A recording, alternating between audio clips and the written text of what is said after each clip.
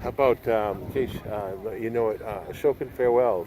You know that one? I do. I'm not going to play it because it was written in the 1980s. Oh, okay. You know, so if I was playing in a bar somewhere, I'd be happy to. But, right. But I'm really trying to stick to material that, exactly. Like I didn't play Marching Through Georgia because I think we're playing 1864. Well, right. that wasn't written until 1865. I think I remember reading about that. Ken Burns actually just picked that song just because he liked it. It wasn't really period music Oh yeah, at the time.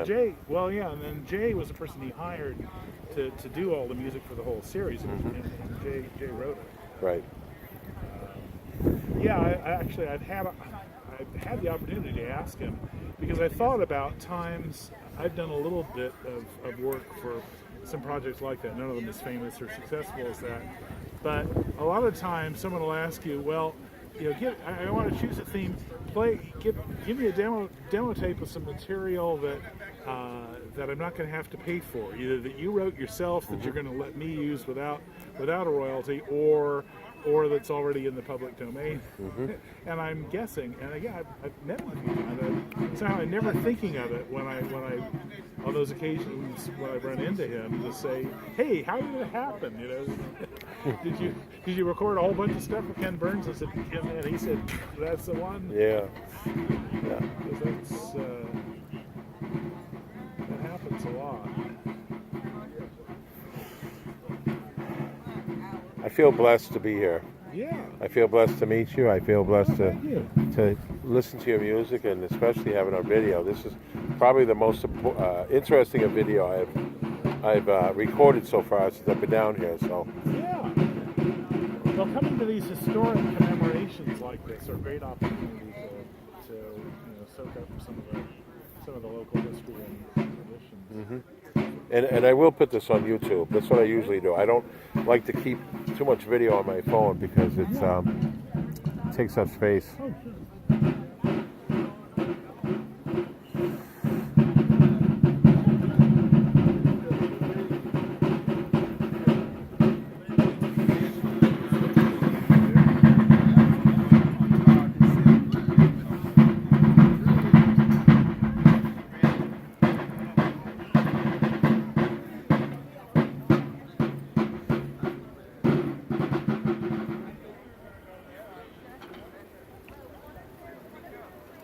I think it's amazing that they actually have a drum from that conflict, the Bern conflict, inside that building over there. Oh, right, yeah.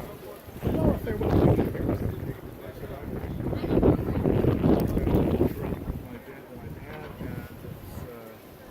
California militia drum.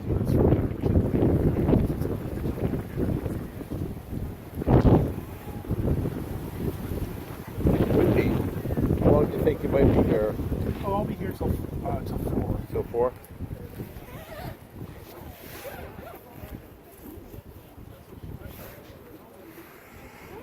Yeah.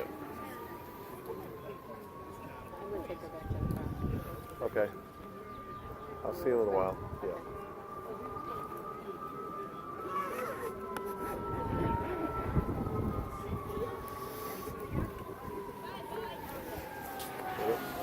There are drums that survived the American Revolution. In England, there's a drum that allegedly belonged to Francis Drake, and there's no reason to doubt that it is. Right? Yeah, just stick it back there. Yeah, the case is pretty modern, so I'm right. happy to have it out of. That'll work. That's good. So this banjo is not quite back to the 1860s. It probably dates to about 1880. or thereabouts. That is amazing. By man. that time, they added a lot more brackets to them. But just like the banjos in the 1860s, a lot of times they would put inlays on the side to show you where the frets should be. Right. They didn't start putting frets on banjos much until like the late 1880s, 1890s. So this is original fretless. It's beautiful. With a big piece of really pure black ebony. You just Wow. you don't see that so much in a more modern instrument. I'm really glad you're showing that. That's Yeah. just, And it's kind of neat. I've actually got quite a story behind it. So this was made in the United States, but I've actually brought it back from Scotland. This belonged to a good friend of mine by the name of Ray Stewart, who lived in Brigadon, which is one of the neighborhoods of Aberdeen, north end of Aberdeen. And avid banjo player, played all different styles: frailing, clawhammer, picking, anything with a 5-string. And he was a plumber by trade. The least likely person for someone who knows so much about banjos, real Aberdonian. And once when I was working there, I did some work for the Maritime Museum there, and I was staying with a man who supervised me. He lived in Newborough, which is up in the Shire, in Aberdeenshire. And I missed the last bus. I was staying up playing music with Ray and some friends and missed the bus. So I crashed on his couch for the night. No problem. I just got up in the morning and went to work. And I noticed in his very small living room was this banjo in a derelict condition. No head, no strings, no bridge, no pegs, tailpiece, any of that. Just the shell and the neck and nothing else. And I was telling him, Ray, that's a really old banjo. That's like, back to the 1880s, maybe even the 1870s. And, you might, since you don't have a banjo in the style, you might think about fixing it up. I said, or if you don't want to, you can sell it to me and I'll do that. I'll think about it. And I used to go to Scotland to work in the summer and the winter. Well, by the next summer, I'm sorry to say, he'd had a heart attack and died. And so I contacted the widow and I said, who Ray's instruments? As well as our son plays, so he's going to get the instruments. I said, there's an instrument I'm curious about that I remember hanging on the living room wall that isn't really a playable instrument at all. It's just kind of a derelict. Quite an old banjo. I'd love to buy it from you if you want. I said, oh, that one. Oh, you can have that. Oh, wow. And so I came by their house, and she pulled it out, and here it was looking like this. So he'd taken my suggestion and taken it to Marshall Dow, who's an instrument builder and repairman in Aberdeen, and he'd had and Marshall put a head on it, made a bridge, took a commercial tailpiece, sort of the style, put pegs in it, which I had noticed before because when I saw it first, it just had holes. But the pegs are slightly splayed out. See how they angle outward in two planes, which was a lot of work. I mean, usually they just you just set it there under a drill piece. Someone went to a lot of work to angle each one of them out in two different planes. That's amazing. So anyway, this is my gift from Ray Stewart. This banjo must have been built here in the States, probably in the 1870s. Somehow found its way to Scotland, and then thanks to Ray and his widow. Nice gift. It is. It's wonderful. I love the sound. I love it more when I have it in tune.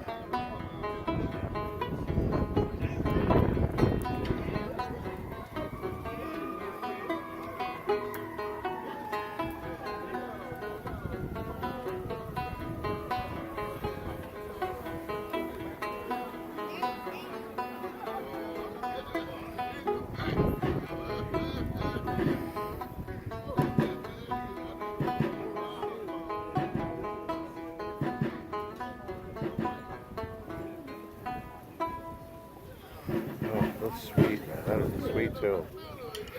That Spanish Fandango is from Septimus Winter's Ideal Banjo Method. And if you know your folk rock bands, the Nitty Gritty Dirt Band's second album, Uncle Charlie and His Dog, at the end of the album they play an old wire recording of that tune. Oh, wow. I'll have to check that out. Yeah, that's very nice. Yeah, I'm very familiar with Nitty Gritty Dirt Band. That was one of my favorites when I was younger. Yeah, I listened.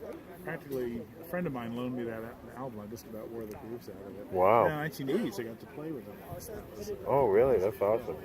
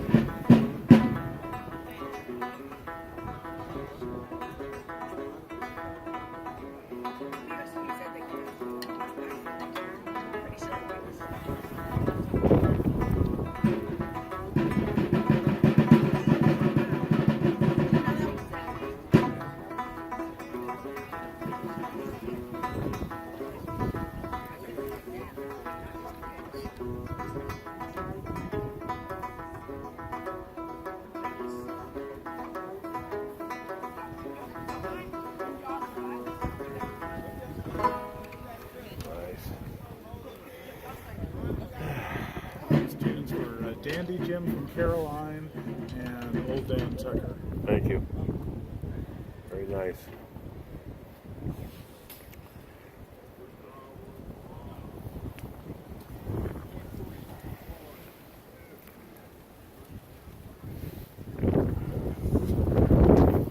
Dr. DeGrasse, George Root. That was the name I was trying to remember, who wrote Rally Round the Flag.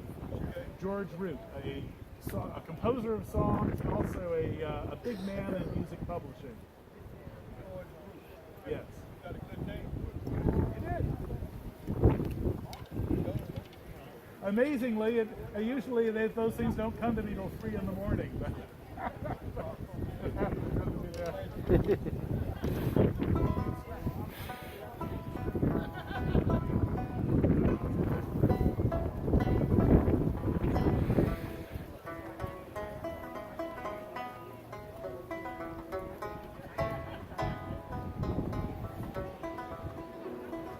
let us stop our game of poker, take our tin cups in our hand, while we gather round the cook's tent door, where dry mummies of hard crackers are handed to each man. Oh, hard crackers, come again no more. 'Tis the song and the sigh of the hungry. Hard crackers, come again no more. Many days you have lingered upon our stomachs sore. Oh, hard crackers, come again no more. There's a tired, weary soldier who wears his life away in torn clothes, his better days are o'er. He is crying out for whiskey, with throat as dry as hay. Oh, hard crackers, come again no more. 'Tis the song and the sigh of the hungry. Hard crackers, come again no more. Many days you have lingered upon our stomachs sore. Oh, hard crackers, come again no more. 'Tis the song that is murmured in camp by night and day. 'Tis the wail that is mingled with each snore. 'Tis the sighing of the soul for spring chickens far away. Oh, hard crackers, come again no more. 'Tis the song and the sigh of the hungry. Hard crackers, come again no more. Many days you have lingered upon our stomachs sore. Oh, hard crackers, come again no more. But to groans and to murmurs has come a sudden hush. Our frail forms are fading at the door. They are serving us on horse feed that the cooks call mush. Oh, hard crackers, come again once more. 'Tis the last dying wail of the starving. Hard crackers, come again no more. Many days you have lingered upon our stomachs sore. Oh, hard crackers, come again no more. Oh, hard crackers, come again once more. Love that song. Yeah. Well, it's Stephen Foster's Hard Times. Okay. But that's those words were composed by a Union soldier or a group of Union soldiers under the command of General Lyons. I think that was out west somewhere.